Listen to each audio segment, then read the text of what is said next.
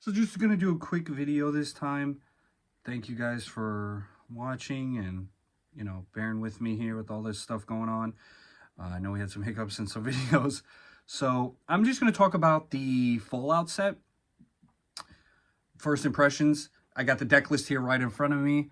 I think this is a fantastic set for one.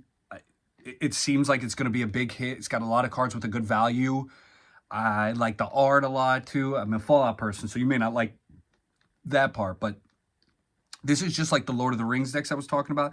These precons, some of them are packing some serious heat. They got really good cards in there. I think it's very, very cool. So let's get into it. Take some of these real quick. Sorry about that. So this one I'm looking at first is the, let me pull up the colors. So this is the Scrappy Survivors one. This one is, what's this color called? Oh my God. Naya. White, green, red. Seems to be a lot about attachments, aura, auras, equipments, things like that. So you can have, they're, I guess, debating on two possible commanders. So Dog Meat, Ever Loyal, which is just one of each color. When it enters the battlefield, mill 5 cards, then return an aura equipment card from the graveyard to your hand. Okay, so you mill and then aura equipment. Okay, so you want to get bigger and bigger. Whenever creature control that's enchanted or equipped attacks, create a junk token. When you tap sack this, you can exile the top card and play that card, but you can only do it as a sorcery. So it's about, you want to mill, you want to return stuff, you want to put it on a creature, you want to attack with that creature, create a junk to play more stuff. Okay. The only thing that sucks is that it's only when it enters. So you get the junk part perpetually, but when it enters. So I guess you're going to have to do some flickering. The other one, the other commander that could be is Preston Garvey. So it's 1 each and 2 colorless. At the beginning of your upkeep, create a green aura enchantment token named Settlement attached up to 1 target land. Enchanted land has tap, add 1 mana of any color. Oh, so you basically get a Utopia Sprawl whenever you start combat. When it attacks, untap each enchanted permanent.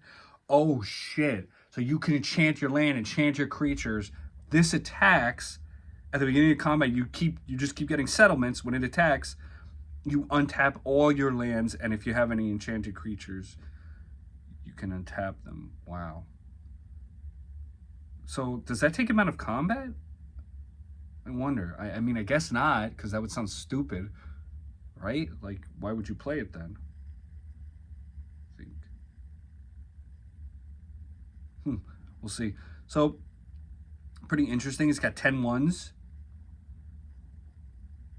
7 2s, 5 3s, 1 4, 2 5s, and a 9. It's kind of steep. It's got 36 lands. Has some interesting enchantments in there, though. It's got Squirrel's Nest, which I think is funny. It's got a Wild Growth, but not a Utopia Sprawl, which I think is kind of lame. It's kind of the best one, but whatever. Okay, interesting. So it's a lot about auras. You got Pure Steel Paladin in here trying to do some shit. Oh, you got a Chaos Warp and a Path to Exile. Very nice. Good removal. Only 4 pieces, though, so that kind of sucks.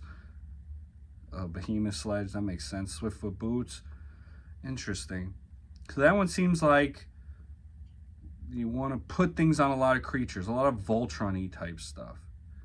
I do like the art of this, especially the tokens, the junk, the settlement. I love that the treasures are the bottle caps for Nuka-Cola. Food is Nuka-Cola, obviously. How could they miss that?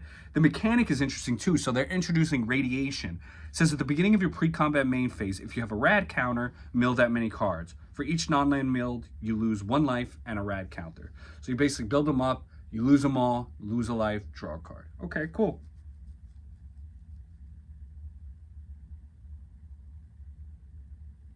Oh, wait. If you have any rad counters, you mill that many.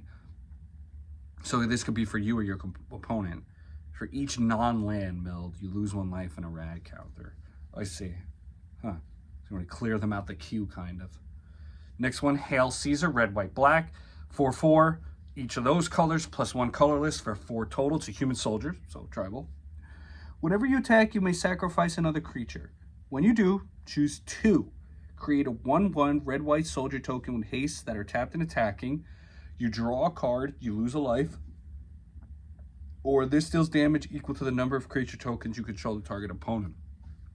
Okay, so you get this out, you want to attack, then you can sack something, and then you can get 2 tokens, draw 2 cards, have it deal damage twice equal to the number of opponents you control, or 1. Interesting. I wonder if you can keep stacking it. You may sacrifice another. So maybe you can.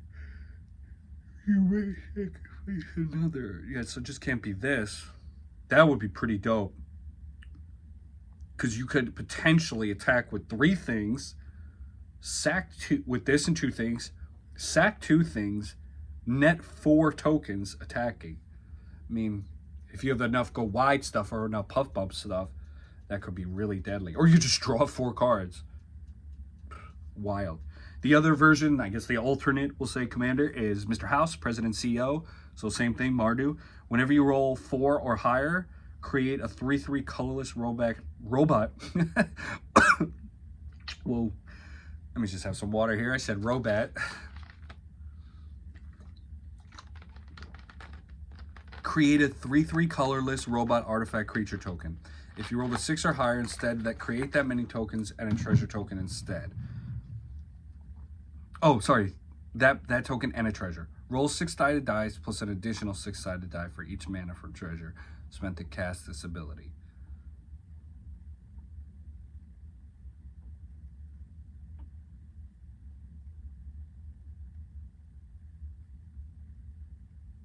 Interesting.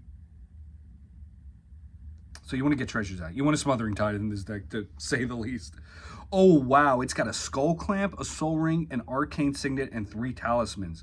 Very nice. So far, good mana base. I mean, it's only 6, but not bad. So this one seems like very, very much humans, soldier. You want to play a lot of shit. You want to be able to sack things you're not afraid to. I definitely think Caesar's Legion Emperor is a little bit better. It's a little more straightforward because of Mr. House's, you only get a 3/3, so you need to find some way to pump it up. You have to roll a 6. So, and you only get 1 treasure, so you get a 3/3 and a treasure. Then you have to tap 4 to roll 2 dice.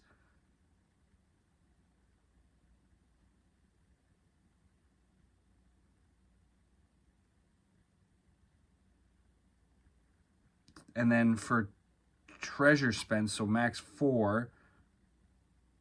So you could roll 4 times to get a bunch of tokens, but you have to have treasures out. And they're only 3/3. It's okay. I mean, I'm kind of taking a while to read this because it's like I don't know. I guess if you had a way to manipulate the rolls and put out a ton of tokens, like they got a Pitiless Plunder in here, so that makes sense. I guess that way this deck is for you. Just seems like kind of low power level compared to the other one. Just my feeling on it. Interesting. Okay, next one. Let's see here. Let me go down. Mutant Menace. So this one is Sultai, 1/1/1. 1 colorless, 4 mana total. 3/3, the Wise Mothman. Flying. Whenever this enters the battlefield or attacks, players get a rad counter. So that's what we talked about before with milling. When 1 or more non-land cards are milled, put X +1/+1 counters from anywhere. That's important. Put X +1/+1 counters on X creatures. Oh, put A. Okay, so you go Y with this. Where X is the number of cards milled this way. So you mill 5, you put it on 5 things. Gotcha. Wow. But it triggers every time because when the Mothman enters or attacks, everybody gets a rad counter. The other version is Master Transcendent. Same mana cost, same way. Instead of a 3/3, 2/4, no flying.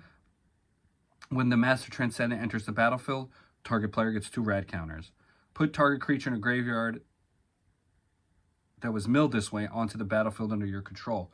Also, you make a mill, you give them 2, make a mill, then whatever creature they put, you get, and it's a mutant. Interesting. It loses all colors and all other creature types, though. So you go mutant that. You can go Biomancer's Familiar. I know they have a card there that lowers the activate abilities of mutants from not Ravnica OG. I want to say Return to Ravnica, Simic theme. Although I don't think this has. No, it does have green. Sultai.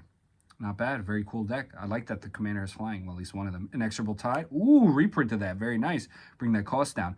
Whoa, it's got Inexorable Tide and Branching Evolution. That's fucking wild. And a Guardian Project. Wow, that's a really good deck. Corpse Jack Menace. Very nice. Wow. I actually I really like this deck. I thought I liked Madison Lee a lot, but this one is like right up my alley here. A lot of good cards in here. Arcane Signet, of course. Soul Ring.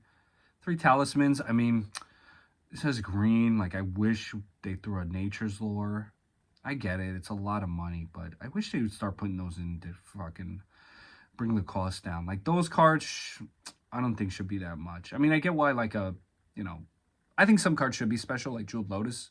You know, those 0 mana, like those crazy good cards. I think they should be special. But like a Nature's Lore, that should be staples at this point, especially for green. Like, come on. Just make Nature's Lore 3 visits $1. Start that campaign. Dr. Madison Lee. This is the one that looks really cool that I was excited about. Jeskai, each. Human Scientist, 2/3. Whenever I cast an artifact, get an energy. Pay an energy. Target creature gets +1/+0. And Trample and Haste. Very nice. Tap it, pay 3 energy, draw a card, tap it, pay 5 energy, return target artifact card from the graveyard to the battlefield tapped. Very nice reanimate effect there. So whenever you cast any artifact, that's what's important. It's not creature, it's any artifact. Boom, energy counter. Boom, and I like the modality of it that you can change. I want to give something trample haste. I want to draw a card. I want to return a creature. It does suck that you have to tap her to pay this, so you need ways around it, like Penim Zora or something. But, I mean, it's blue. Like, I know there's a million ways to untap with that shit, even in red, too. The other version is Liberty Prime, recharged. So, 1 each for the Jeskai, 2 colorless, 5 total. 8/8, Vigilance, Trample, Haste. Can't believe that's 5 mana. When Liberty Prime attacks or blocks, sacrifice it unless you pay 2 energy counters. Okay, that makes sense. I'm like, Vigilance, Trample, Haste? Like, even if you have to return it to your hand in the command zone after that, that's wild. Tap 2, tap it, sack an artifact, you get 2 tokens, 2 energies, draw a card. Interesting. Wow. That's actually really cool. So you can play things to get you the charge counters. But if you ever, don't have it, whatever, you got artifacts lying around, boom, throw that bad boy out. Cool. I like that it's called Science with an exclamation point, by the way.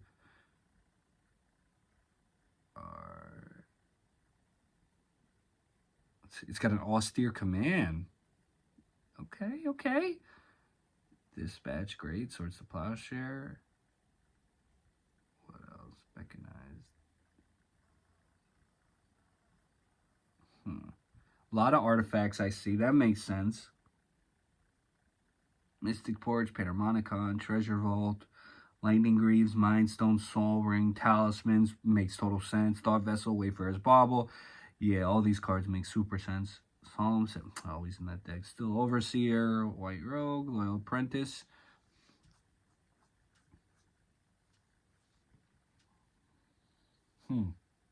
35 lands. Interesting. Anything good in them? Well, they got some Prairie Stream, Glacial Fortress, Exotic Orchard. That's nice. 5 islands. It's a little much, but whatever. Interesting. So you want to throw out a lot of artifacts. You want to get some things here. Okay. It's cool. I get it. What's the tokens with it? Energy Reserve token. Oh, okay. That's the charge counter. Gotcha. Treasure. Human Knight. Oh, the Human Knights are the guys with the from the Brotherhood. Foods. We got little Thopters. That's cool. Copies, treasures, robots. Well, I'm excited, guys. Thanks for bearing with me on this one, just reading through the cards and everything. Let me know what you're excited for. We got Jeskai, Artifact, Energy. We got, what's this other one? Mutant Menace, which is Soul Tie, Rad, Mill, Go Wide, Pump Ups with +1 counters. We got Hail Caesar, which is like Mardu, Haste, Attacky, Soldiers, Sack Soldiers, to deal more damage. Very, very Mardu themed. I'm not a fan of the dice rolling one, but, you know, maybe that's just me, like I'm missing something. Scrappy Survivors, you got Naya, you want to do enchantments, auras, artifacts, recursion from the grave type of thing. Still good. My favorite personally is the Jeskai and the Mothman one. I think those are really, really fun. The Scrappy Survivors one seems a little bit low-key on terms of power, but I'd be very interested to see how those decks go, and more importantly, what value those cards hold as the road goes down and, you know, people learn things of what to do with those cards. So, yeah, thanks for bearing with me. Thanks for listening in. Let me know what you think is your guys' favorites or what you're looking forward to, anything like that. All right. Later, guys.